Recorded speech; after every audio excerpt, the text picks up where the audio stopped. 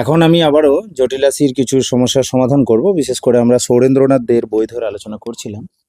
তো ইতিমধ্যে 5টা প্রবলেম আলোচনা করেছি। তো 6 দাগে যেটা বলা রয়েছে যে জেড ইকাল টু -2 এই জটিল সংখ্যার অ্যাম্পলিচিউড বের করতে হবে।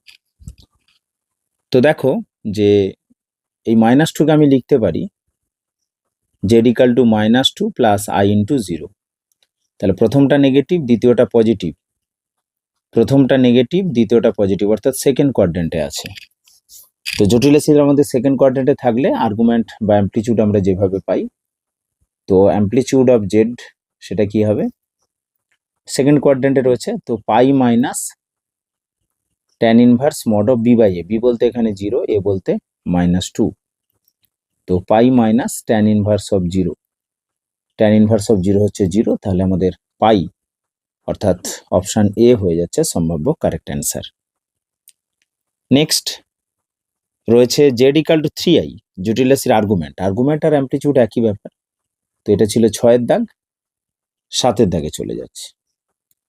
Z equal to 3i। তো দেখো 3i মানে আমি লিখতে পারি 0 প্লাস 3i।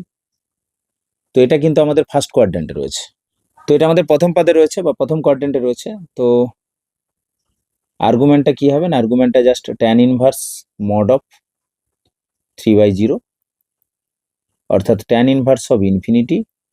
তো আমরা জানি ট্যান 90 ডিগ্রি মান ইনফিনিটিভ হয়, অর্থাৎ এক্ষেত্রে আর্গুমেন্টটা হয়ে যাচ্ছে π/2। তো অপশান বি হচ্ছে আমার সম্ভাব্য কারেক্ট অ্যান্সার। নেক্সট 8-এর দাগে যে প্রবলেম রয়েছে, বলা হচ্ছে x plus iy equal to 0। দেখো 0কে আমরা ভাবতে পারি 0 প্লাস i ইন্টু 0। তাহলে যদি তুলনা করি, বাস্তব অংশের সঙ্গে বাস্তব অংশ তুলনা হবে, কাল্পনিক অংশের সঙ্গে কাল্পনিক অংশ তুলনা হবে। তো তুলনা করলে পাচ্ছি x সমান 0, y সমান 0, অর্থাৎ আমাদের অপশান ডি হয়ে যাচ্ছে সম্ভাব্য কারেক্ট অ্যান্সার। নেক্সট 9-এর দাগ। 9-এর দাগে বলা হচ্ছে 1/i এর অ্যাম্পলিচিউড বের করতে হবে। তো আমি ধরে নিচ্ছি জেড ইকাল টু 1/i। দেখো আমরা জানি যে i স্কোয়ার ইকাল টু -1, তাহলে 1 মানে ভাবতে পারি -i স্কোয়ার, তাহলে -i স্কোয়ার বাই i অর্থাৎ -i। তো জেডটাকে কি লিখতে পারি 0 - i। আমার দরকার অ্যাম্পলিচিউড। তো অ্যাম্পলিচিউডটা কি হবে না, অ্যাম্পলিচিউড অফ জেড, এটা আমার কোন কোয়াড্রেন্টে রয়েছে না, এইটা আমার রয়েছে ফোর্থ কোয়াড্রেন্টে। প্রথমটা পজিটিভ, দ্বিতীয়টা নেগেটিভ। তো ফোর্থ কোয়াড্রেন্টে থাকলে আমরা সরাসরি অ্যাম্পলিচিউড বা আর্গুমেন্ট পেতে পারি minus tan inverse mod of B by A, অর্থাৎ -1/0, অর্থাৎ minus tan inverse of infinity, অর্থাৎ -π/2। নেক্সট 10-এর দাগে 4খানা রেজাল্ট রয়েছে। দেখো 10-এর দাগে যদি অপশান এ খেয়াল করো, 10-এর দাগের অপশান এতে রয়েছে mod of z1 plus z2 greater equal to mod z1 plus mod z2। এটা হয় না, তোমরা জানো, ওটা লেস ইকাল টু হয়। অপশান বিতে রয়েছে আর্গুমেন্টের গুণফল, জানো তোমরা যে আর্গুমেন্টের যোগফলের সাথে সমান হয়। আর 3 নম্বরটা বিশেষ শর্ত অনুযায়ী হয়, সবসময় হয় তার কোনো মানে নেই। কিন্তু অপশান ডিতে যেটা রয়েছে যে গুণফলের মডিউলাস, সেটা কিন্তু সর্বদা দুটোর মডিউলাসের গুণফলের সাথে সমান হয়, অর্থাৎ অপশান ডি হয়ে যাচ্ছে আমার এক্ষেত্রে কারেক্ট অ্যান্সার। আচ্ছা নেক্সট আমরা এরপর চলে যাচ্ছি 11-এর দাগের যে প্রবলেম রয়েছে। 11-এর দাগে কি বলা হয়েছে না, 11-এর দাগে রয়েছে যে sine x plus i cos 2x এবং cos x minus i sine 2x এরা পরস্পর অনুবন্ধী।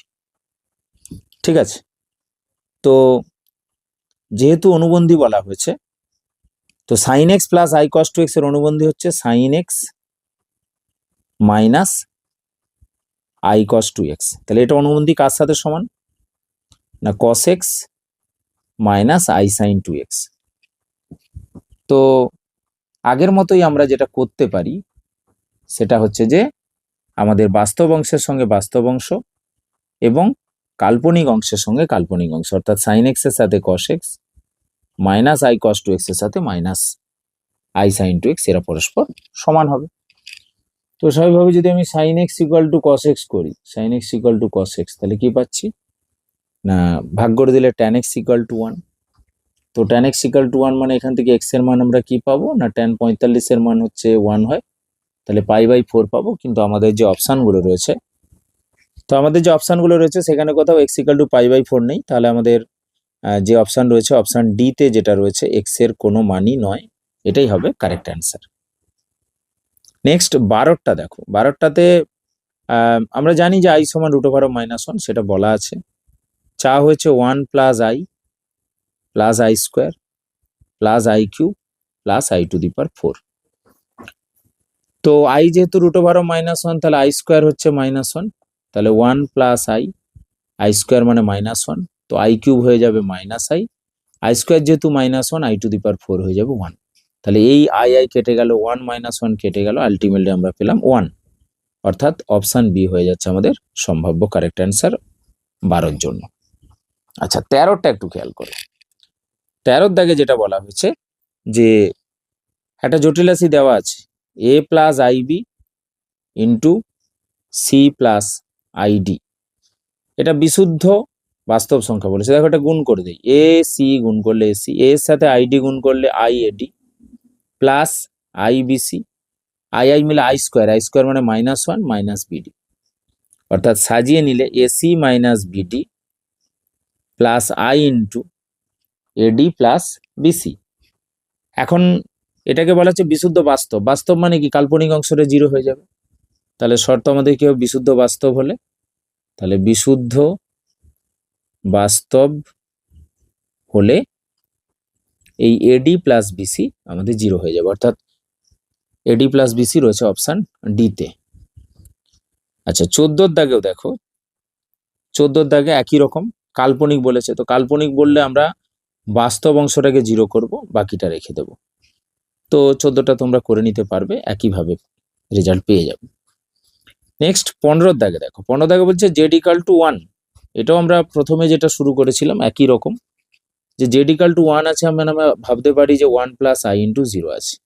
তো ফার্স্ট কোয়াড্র্যান্ট হলে অ্যামপ্লিচিউড আমাদের কি হবে, অ্যামপ্লিচিউড অফ জেড সেটা হচ্ছে tan inverse mod of B by A, অর্থাৎ 0/1।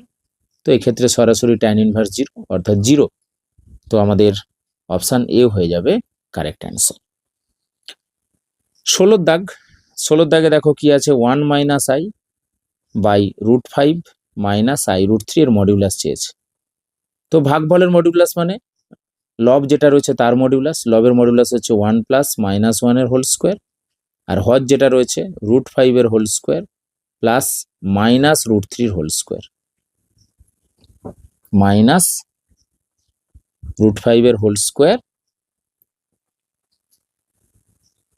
√5 এর হোল স্কোয়ার প্লাস -√3 এর হোল স্কোয়ার।